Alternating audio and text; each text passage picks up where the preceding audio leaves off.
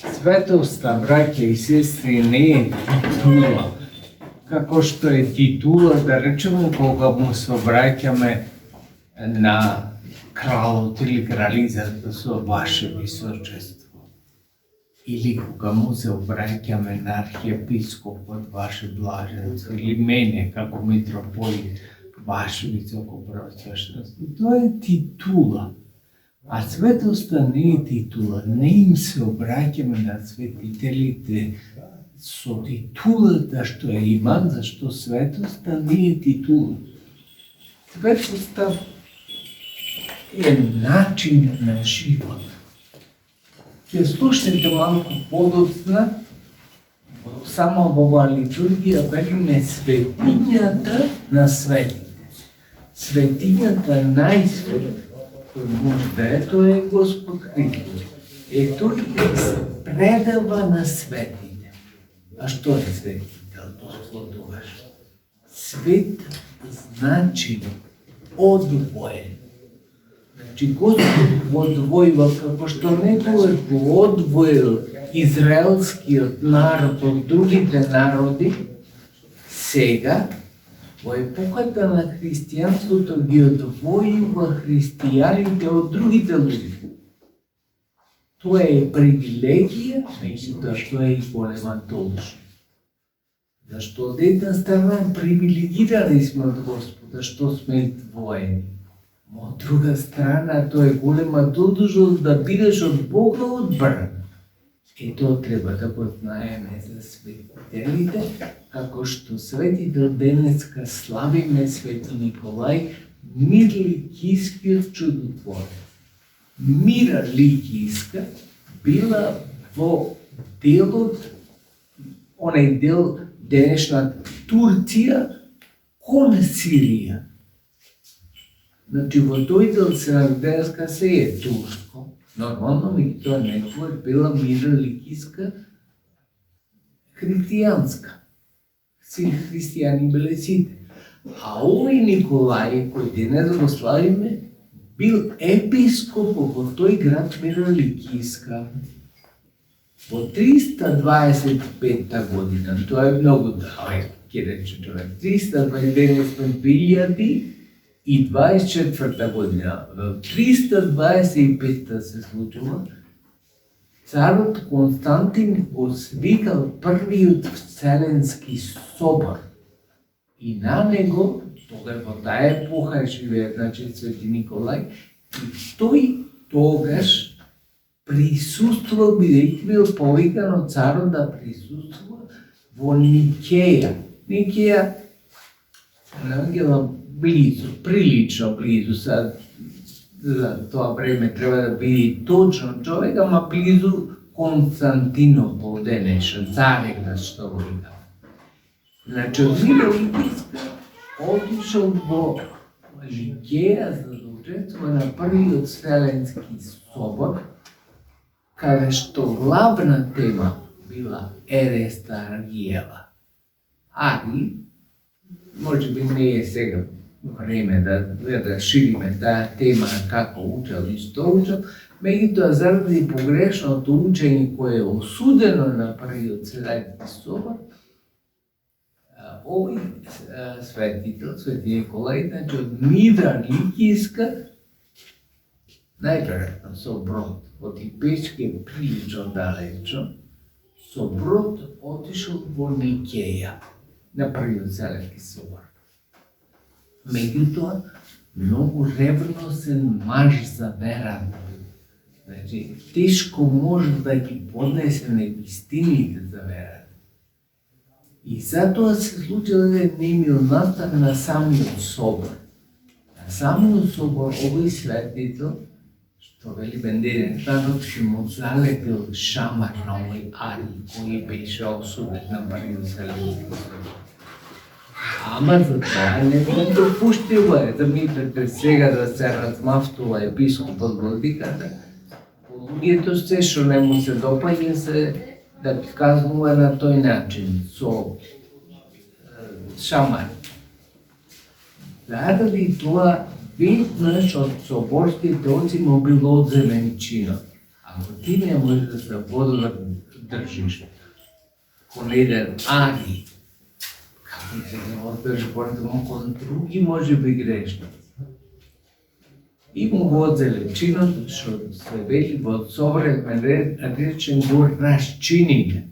Нема чин по епи, од епископот станало ништо без чин во смисла. Ама вечерта и Господ Христос и Пресвета Богородица им се јавила на некои од соборските оци.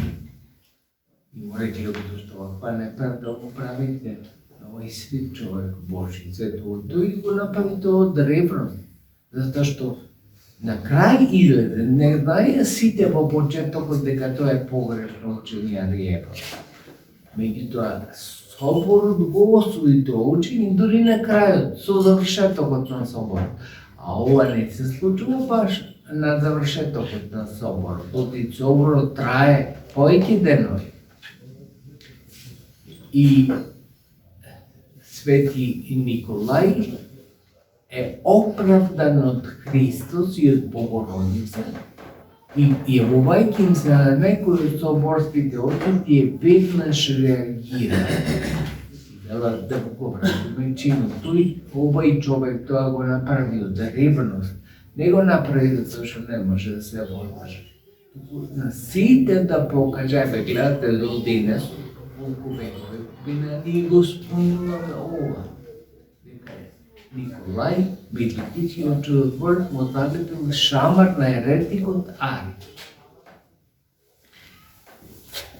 Не велам, не оправдува, може би сам Свети Николај не се оправдува дека е доправдано, дека така треба да се однесуваме и кон најлошите во црквата, и кон еретиците, и да треба да се тепаме, и дека треба да требаме раци. Меѓутоа, некои луѓе се импулсивни луѓе и тоа треба да го имаме предвид. На тој начин ти може да се каја 10 пати повеќе од човек што помислил да го удри, ама не го удри. Се каја овој човек импулсивен, ама се случило тоа. Не можеш да го вратиш. Ајде сега да го вратиме после неколку дена и да го избришиме, да речеме не. Свети Николај не го удри Ари. Меѓутоа почнав да говорам за светоста. Гледате и свети луѓе. Има грците еден убав збор дека светителите се идиотропос. Со свој начин живеат.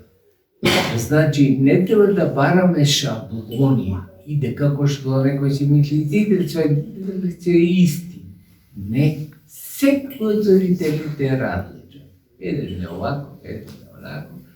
И затоа најдобро одговара зборот идиотропос. Своеобразен, може би најдобар превод Библија, своеобразен е секој светост. Меѓутоа, многу е важно да разбереме дека светителството во црквата е побит за одвоеност. Дека не е тоа титула и дека не треба да бараме меѓу светителите истообразност. Не знам како, многу сладок е овој светител, па ќе го отидам, ќе го штипнам за лицето. Не, тие се често пати дури неразбирливи за човекот како се однесува. Меѓутоа, важно е да се однесуваат православно. Овој светител, кој се упокоил неколку години подоста после соборот, неговите мошти се покажале нераспадливи. И тие се чувале векови. Се негде од 13 век, почетокот за 13 век, 1500 некоја година, кога во краевите од Константинопол долу преку денешна цела Турција, па до Ерусалим, завладеале крстоносците.